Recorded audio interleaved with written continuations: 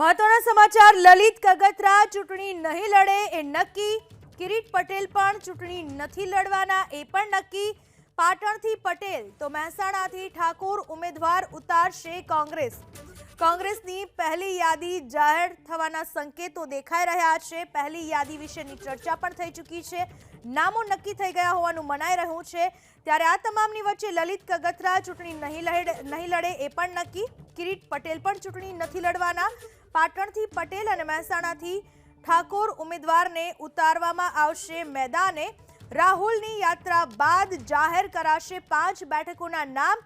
રાહુલ ગાંધી 3 દિવસની ગુજરાત યાત્રાએ છે અને આજે આ યાત્રાનો બીજો દિવસ છે। રાહુલની યાત્રા બાદ 5 બેઠકોના નામ જાહેર કરવામાં આવશે એવું જાણવા મળી રહ્યું છે। એટલે કે આગામી 48 કલાકમાં કોંગ્રેસ તેની પહેલી યાદી જાહેર કરી શકે છે। પહેલી યાદીના બાબતે ચર્ચા થઈ ચૂકી છે। નામોની યાદી તૈયાર કરી લેવામાં આવી છે। વિક્રમ માડમ પણ ચૂંટણી નહીં લડે તે નક્કી માનવામાં આવી રહ્યું છે। એટલે કે અત્યારે જે દેખાઈ રહ્યું છે, સ્થિતિ દેખાઈ રહી છે, એમાં લલિત કગથરા, કિરીટ પટેલ, વિક્રમ માડમ આ ચૂંટણી નહીં લડે ઉમેદવારો એ નક્કી જોવા મળી રહ્યું છે।